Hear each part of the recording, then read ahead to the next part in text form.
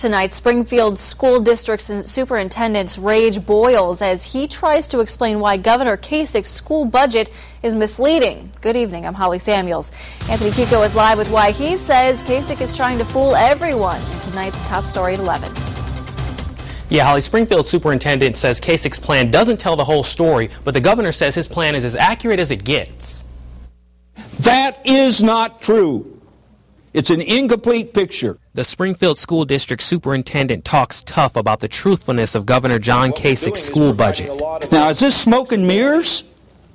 Is this a magician that's in fact unveiling part of this? Let's be honest.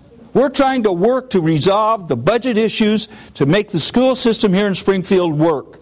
What we don't need is somebody misleading the public, providing less than accurate information, less than complete information. ESTROP says Kasich's plan touts a $3 million funding increase for the Springfield district over the next 2 years, but in reality, funding will be cut by $11 million over the next 2 years. It's all about a short-term political gain.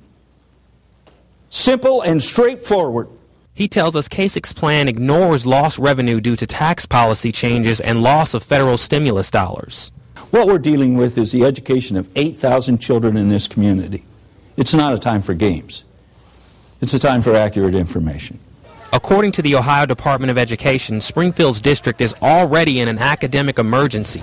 ESTROP says his students are struggling, and since 2003, the district has been forced to eliminate 218 positions. Earlier this month at a town hall meeting, Kasich said his budget does paint an accurate picture and will close the state's $8 billion budget gap.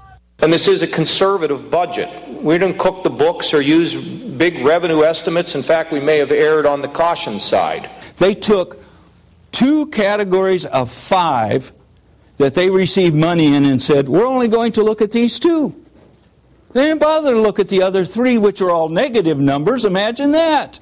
ESTROP says he's already planned for the cuts, but needs accurate information to do his job. Give us the right numbers. We plan for it. We tighten our belt. We're prepared for it. Please don't play us for suckers. Now, the Springfield district has placed a $6.5 million renewal levy on May's ballot, and the superintendent tells us his biggest worry is the governor's bright forecast will mislead voters into thinking the district doesn't need the levy. He says it won't cost taxpayers anything extra and is desperately needed. Reporting live, Anthony KIEKOW, 2 News on your side.